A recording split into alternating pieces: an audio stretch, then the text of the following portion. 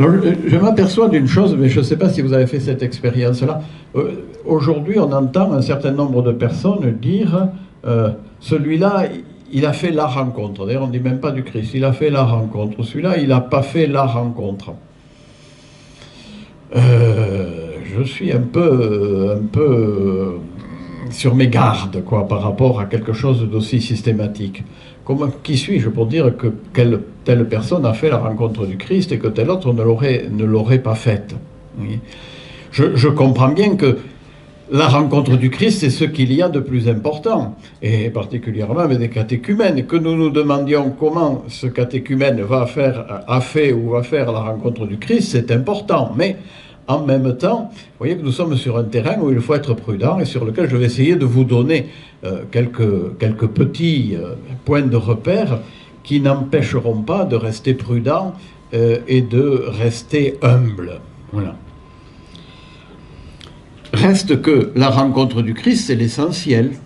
Bien entendu, s'il n'y a pas rencontre du Christ, il n'y a pas de chrétien. Un chrétien, c'est celui qui, de mille et une manières, a rencontré le Christ et essaie de se mettre à sa suite.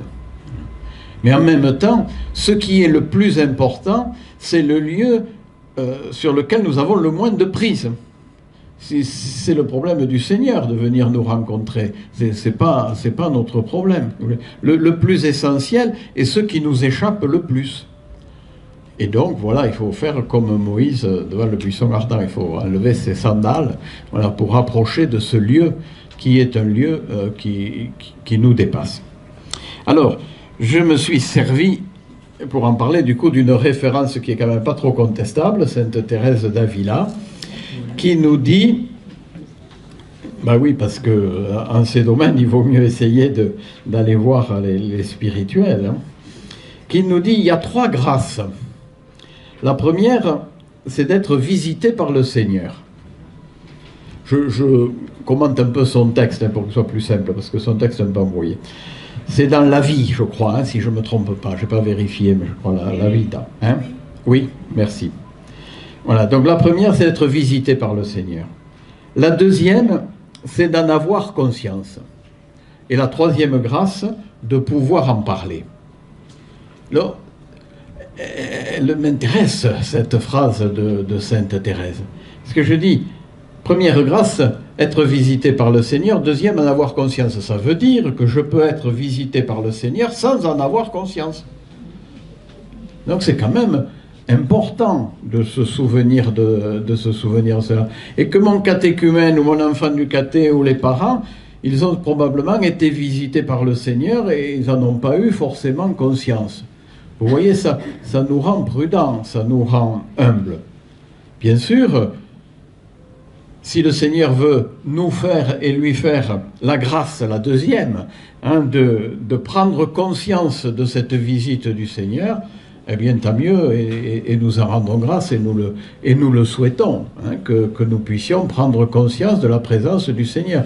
Mais vous savez que même des grands saints nous disent qu'ils sont passés par des nuits de la foi, et c'est-à-dire de ce sentiment que Dieu était et demeurait loin d'eux. Et pourtant, ils ont continué à croire, parce qu'ils ne confondaient pas leur ressenti avec la vérité de ce qu'était Dieu pour eux. Et puis la troisième grâce, de pouvoir en parler, car on peut être visité par le Seigneur, on peut en avoir conscience, mais ne pas avoir les mots, ne pas pouvoir le dire. Et cela arrive souvent.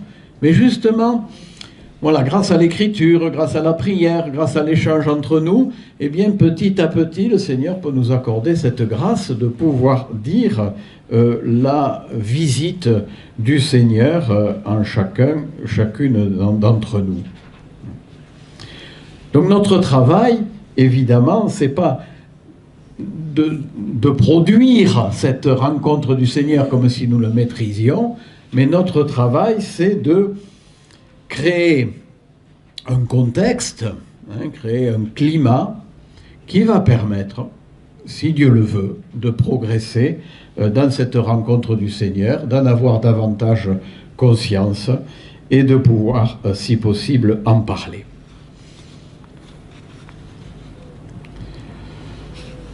Cette rencontre du Seigneur est d'autant plus importante que le véritable initiateur, celui qui nous initie à la communion avec lui, avec Dieu, c'est Jésus-Christ.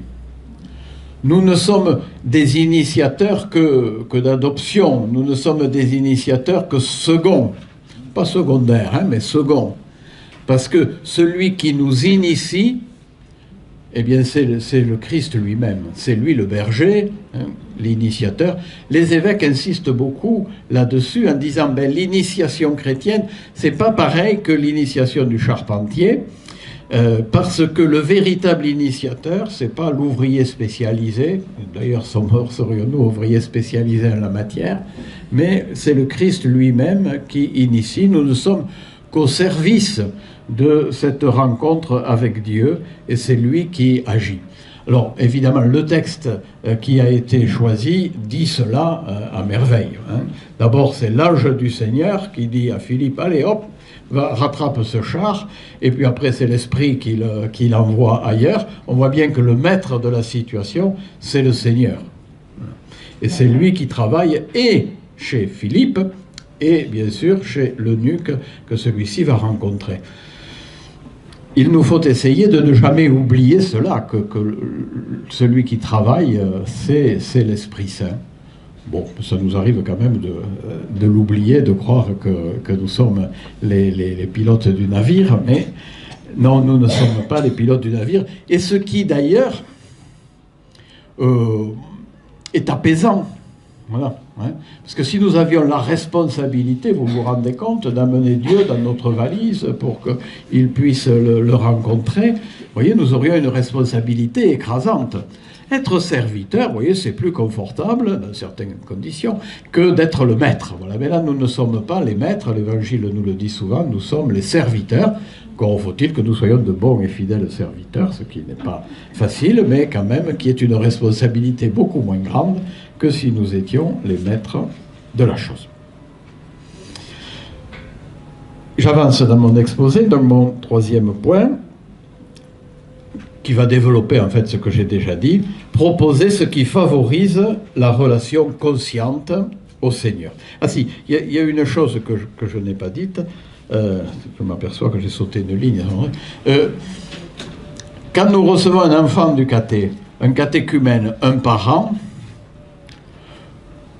nous pensons toujours qu'il a été déjà rencontré par le Seigneur, que ce n'est pas avec nous qu'il va faire sa première rencontre par le Seigneur. Il ne le sait pas probablement, ou peut-être le sait-il d'ailleurs, peut-être le sait-il mieux que nous, mais nous pensons toujours, nous partons de cet a priori que ceux que nous rencontrons, avant que nous les rencontrions, le Seigneur, lui, les a rencontrés.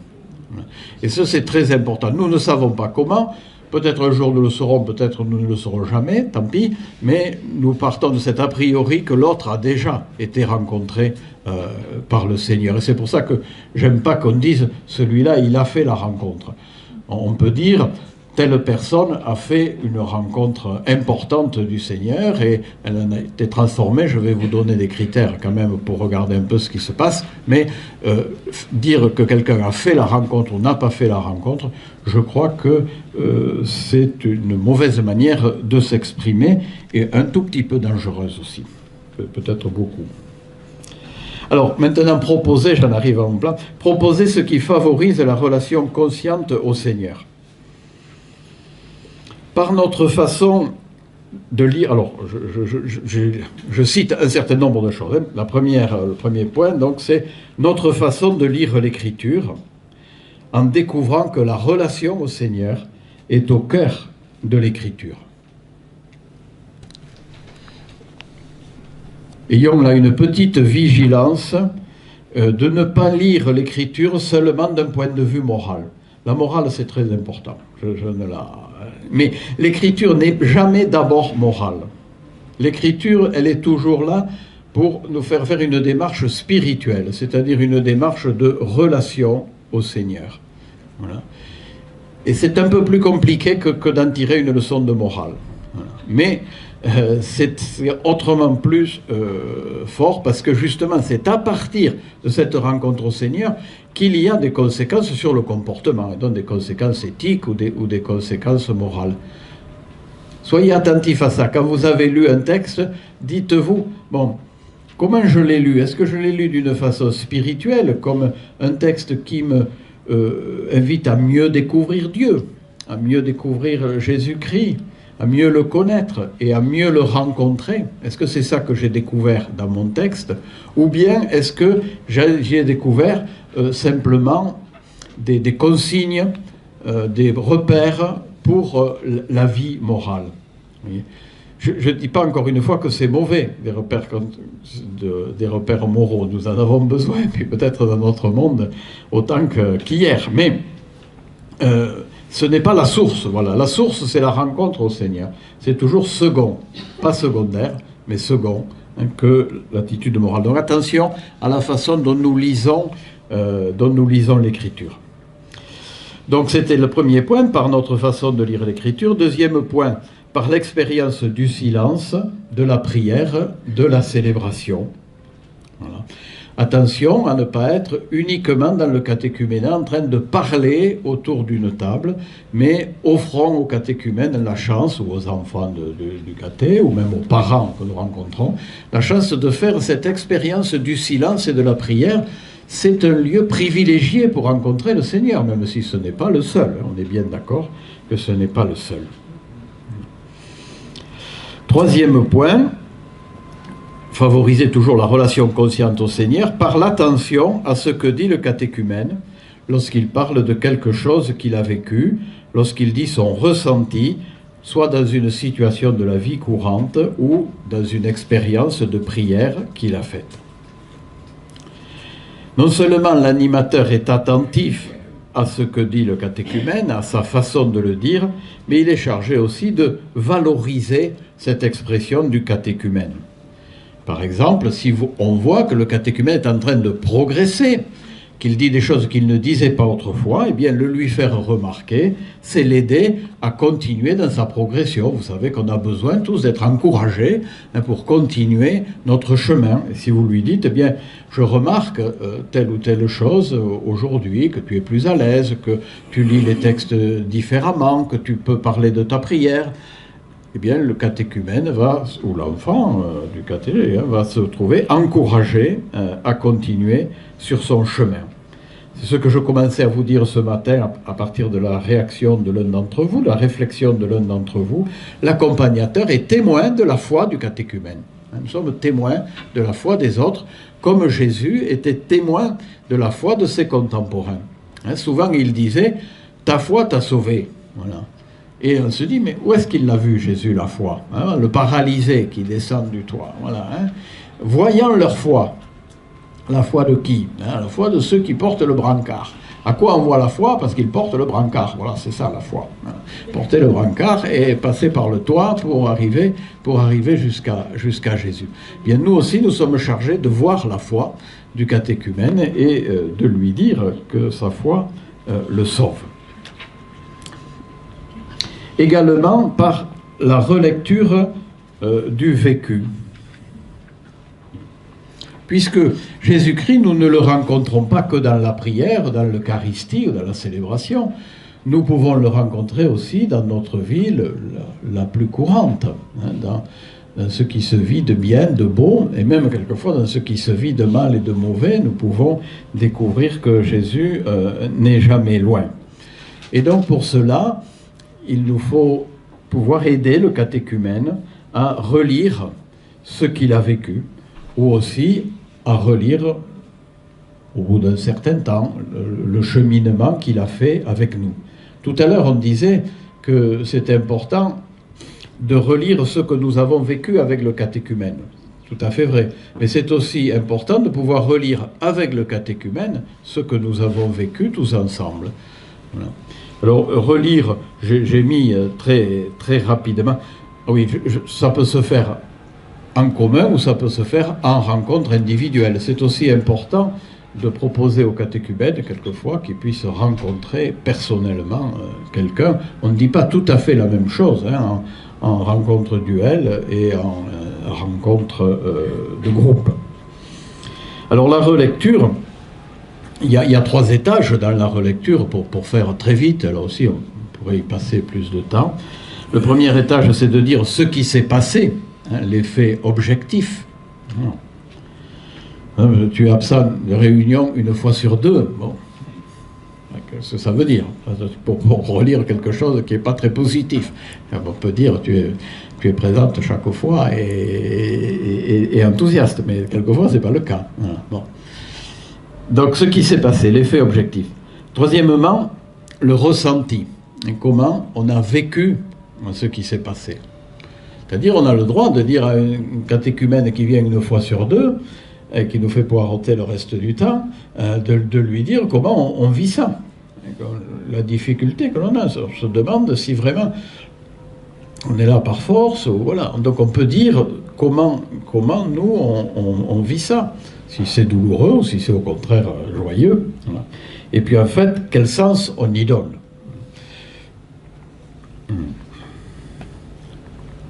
Donc dans le cas que je propose, le sens qu'on y donne, est-ce que c'est la mauvaise... le manque de motivation du catéchumène? Est-ce que c'est qu'il est dans une situation familiale, personnelle qui est très difficile et qui fait que peut-être il fait des efforts énormes pour venir 1 fois sur 2? Vous voyez, c'est pas le même sens que l'on va donner. Voilà. Ou peut-être qu'il a besoin de prendre un peu de recul, hein, qu'il faut peut-être arrêter les rencontres pendant quelque temps pour le laisser souffler, respirer et redémarrer plus tard. Bon. Prendre un exemple comme ça. Donc, ce qui s'est passé, comment cela a été vécu, donc le ressenti c'est subjectif, et puis le sens que l'on peut y donner. Et j'en arrive donc au discernement, puisque si on relit, c'est pour essayer de discerner où est le bon chemin, ou pour essayer de discerner la présence du Christ dans le cheminement que nous avons vécu ensemble. Alors la tradition chrétienne, elle a bien vu que c'était pas évident de dire la présence de Dieu dans notre vie quotidienne, même dans notre expérience de prière, et elle s'est donné donc des repères à partir de l'écriture et aussi à partir de l'expérience des grands saints. Voilà. Certains d'entre vous connaissent un peu Saint Ignace qui a donné des repères de ce type-là. Pourquoi? Parce que il faut distinguer ce que nous pensons être l'œuvre de Dieu en nous et ce qui ne serait qu'illusion. Et cette distinction n'est pas facile à faire. Voilà. Par Sainte Thérèse d'Avila, tout à l'heure, Sainte Thérèse d'Avila a eu un certain nombre de problèmes avec ses confesseurs en particulier, voilà, parce qu'elle avait des expériences de rencontre du Christ un peu extraordinaires, et elle se demandait si c'était vrai ou pas. Et certains de ses confesseurs lui ont dit « Ah mais non, c'est une ruse du démon ». Alors évidemment, ça ne l'a pas mis dans un état très paisible. Voilà. Mais ça veut dire qu'il y a ce problème de discernement. Il ne faut pas prendre trop la tête, mais quand même, se donner quelques repères n'est pas inutile. Ce discernement, avant de vous donner les repères, est un discernement qui se fait dans la durée, dans un cheminement un peu long. Par exemple, on peut voir certains catéchumènes qui, au départ, vous racontent des tas de choses merveilleuses. Hein. Ils ont eu des signes, etc. Et on sent qu'ils cherchent des signes un peu extraordinaires pour être sûr qu'il y a la présence de Dieu. Et puis, au fil du cheminement, on s'aperçoit que ça devient moins important, cet extraordinaire, et qu'ils deviennent capables de voir que le Seigneur est présent aussi dans les choses simples de la vie quotidienne, pas seulement quand il y a des gestes qui paraissent un peu magiques ou extraordinaires. Voilà. D'autres vont faire un chemin bon, pas inverse, mais enfin un chemin différent, disons. D'autres vont avoir une approche très intellectuelle, hein, vont faire beaucoup de raisonnement, vont essayer d'expliquer, de démontrer, de dire pourquoi ils croient, etc. Mais on voit bien qu'ils ne s'impliquent pas affectivement, ou qu'ils ont du mal, disons, à s'impliquer affectivement. Et puis, au bout de quelque temps, on va s'apercevoir qu'il y a quelque chose qui bouge et que ce qu'ils disent a changé un peu de tonalité, qu'ils sont davantage capables de s'engager totalement dans la prière. Totalement, ça veut dire pas seulement avec leur tête, que leur tête c'est quand même important, mais aussi avec leur affectivité. Voilà, donc c'est aussi sur un temps un peu long qu'on peut voir ce qui se passe. Alors je vous donne quelques repères, mais je vous dis tout de suite qu'il ne s'agit jamais pour nous d'être péremptoire, hein, de dire ça vient de Dieu, ça vient pas de Dieu. Hein. C'est pas sur ce chemin-là que je veux vous engager, mais plutôt regarder quelques signes que l'on peut repérer et que l'on peut faire remarquer à l'autre et qui aident à s'ouvrir davantage à la présence de Dieu et du Christ, si du moins il le veut bien. Alors le premier repère va peut-être vous surprendre, c'est l'inquiétude. Mais oui, lorsque quelqu'un a un comportement qui est contraire à l'Évangile, hein, quand il est sur un chemin chaotique, eh bien l'inquiétude peut tout à fait venir du Seigneur. Parce que cette inquiétude-là va l'aider, hein, à changer de route, à changer de chemin. Saint Ignace dit cela. Il dit quand quelqu'un va de péché mortel en péché mortel, c'est sa manière de parler, de son temps, eh bien l'Esprit du Seigneur vient l'inquiéter pour qu'il ne continue pas sur cette route-là. Deuxième repère, le fait que les fruits de la rencontre avec Dieu sont portés dans le temps, dans la durée, hein, ont de l'efficacité dans la durée. Parce qu'on peut être tenté de privilégier l'intensité de l'émotion. Hein, quelqu'un a vécu une retraite, il est allé faire un week-end dans un monastère, il a vécu quelque chose qui l'a beaucoup touché, il en revient tout bouleversé. Très bien. Et on accueille ça. Mais quelques mois après, on peut y revenir et dire qu'est-ce que ça a produit dans ta vie, cette rencontre avec le Seigneur. Parce que si ça produit quelque chose dans la vie, c'est quand même un critère plus important que l'intensité de l'émotion que l'on a ressentie à un moment donné et où on peut être aussi dans l'illusion. Voilà. Troisième critère, une confiance accrue en soi-même, dans l'estime de soi.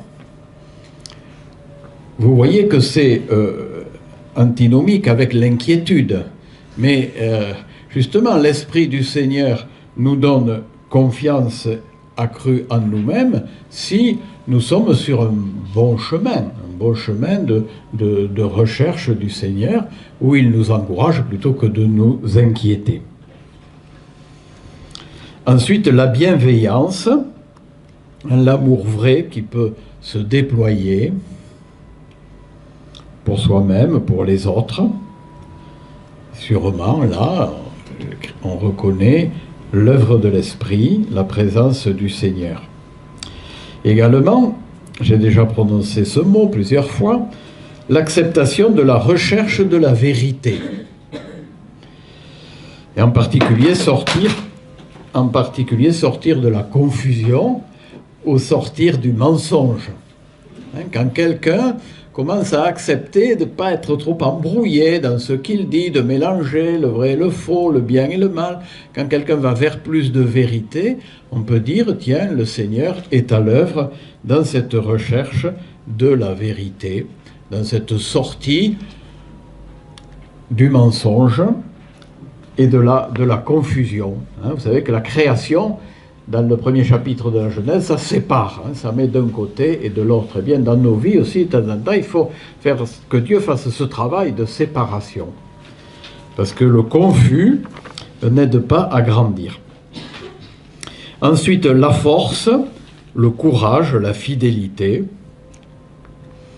On peut sentir cela chez quelqu'un qui est davantage sûr de lui, qui a davantage de force de courage. Et quelquefois, quelqu'un va dire « Ah ben j'en ai parlé, j'ai parlé dans mon travail que je me prépare au baptême. Il ne l'avait jamais fait avant. » Et donc, vous voyez, là, on sent que quelqu'un prend un peu plus d'assurance. Et si on le lui fait remarquer, sans doute, ça va l'aider à continuer. Condition que ce soit bien ajusté, hein, vous le sentez bien. Il y en a qui deviennent prosélytes un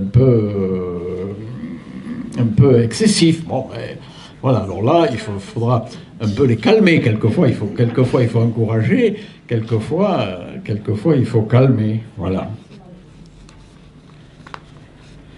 Je marie quelqu'un, je prépare au mariage quelqu'un qui est entraîneur de foot. Il me dit qu'un de ses joueurs, il fait des grandes prières dans les vestiaires, tout ça, avant le match. Bon, alors il lui a dit, écoute, tu peux prier, c'est très bien, mais peut-être un peu moins ostensiblement, voilà. C'est rigolo parce que je connais les deux, donc c'est marrant. Alors...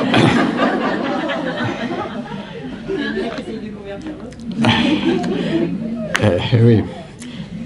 Dernier critère, enfin dernier sur mon papier, parce qu'il y en aurait sûrement d'autres que j'ai oubliés, la paix, hein, la certitude d'être aimé. Autant, vous voyez, je commence par l'inquiétude et je finis par la paix, ça n'est pas un hasard, mais quelquefois, pour arriver à la paix, il faut d'abord passer par l'inquiétude, car il faut une paix qui soit dans la vérité. Pas la paix qui soit, on passe un coup d'éponge sur tout ce qui va mal, et puis voilà, on est tranquille. Non, il faut être passé par la reconnaissance de ce qui va mal, du péché, et du rejet de ce mal par Dieu, pour se sentir que nous sommes accueillis par lui dans notre vérité, mais que cet accueil nous oblige à nous séparer autant que nous le pouvons du mal pour nous appuyer sur lui et pour lui faire confiance. Voilà, et ma conclusion, si j'arrive à tourner la page, voilà. Oui, simplement en une phrase, donc accompagner, c'est être à côté de quelqu'un pour qu'il puisse mieux chercher et trouver son chemin avec le Christ. Voilà, j'insiste sur son chemin, que nous ne connaissons pas à l'avance, mais nous sommes là pour qu'il trouve son chemin, sa manière de conduire sa vie avec le Christ. Et donc c'est une véritable renaissance, et d'ailleurs le baptême est une naissance, hein. C'est l'aider à naître à lui-même comme fils ou fille bien-aimé de Dieu. Et on nous dit dans l'Évangile que Jésus, pour commencer sa mission, il a entendu cette parole, celui-ci est mon fils bien-aimé, ou tu es mon fils bien-aimé, suivant les évangiles. Oui, j'aime bien croire que Jésus avait besoin d'entendre cette parole pour entrer dans sa mission. Et nous aussi, nous avons à l'entendre et à la faire entendre par ceux que nous accompagnons.